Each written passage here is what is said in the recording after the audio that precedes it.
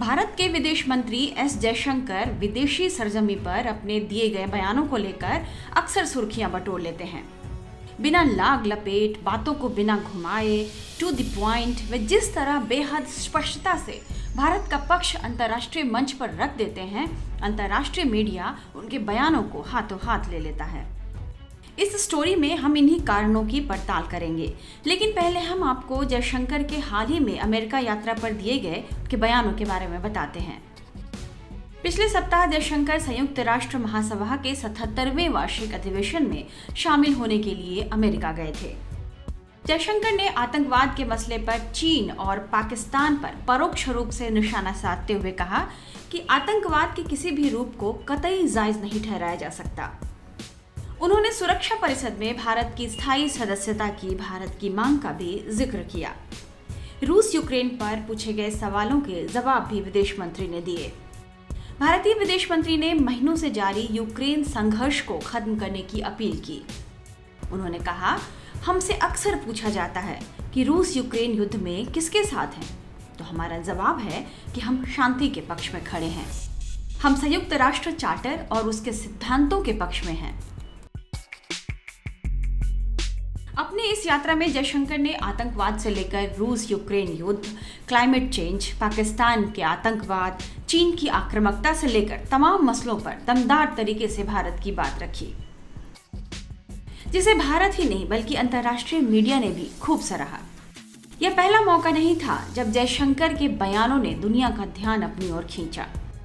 इससे पहले रूस यूक्रेन युद्ध के मद्देनजर रूस से गैस और तेल खरीदने को लेकर जब पश्चिमी मीडिया ने एस जयशंकर से सवाल किया तो उन्होंने साफ कहा कि भारत तेल या हथियार किससे खरीदता है, इसका फैसला वो अपने राष्ट्रहित को ध्यान में रखते हुए करता है।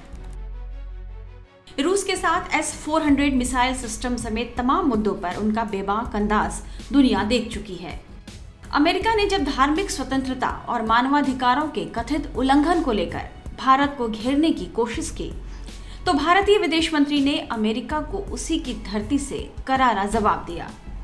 उन्होंने दो टूक संदेश देते हुए कहा कि भारत भी अमेरिका में धार्मिक स्वतंत्रता और मानवाधिकारों के उल्लंघन पर नजर रख रहा है। दरअसल एस जयशंकर तमाम मौके पर जिस तरह से दो टूक जवाब देते आए हैं, वह पीएम नरेंद्र मोदी की विदेश नीति की सफलता मानी जाती है। जयशंकर के बयान और उनके जवाब देने की शैली यह साबित करती है कि भारत की विदेश नीति स्वतंत्र है और वह किसी भी तरह के दबाव की परवाह किए बिना हमेशा अपने राष्ट्रीय हितों को तरजीह देता है। जब चीन, पाकिस्तान को या अमेरिका को आईना दिखाना हुआ तो जयशंकर पूरी बेबाकी से अपनी बात रखते आए।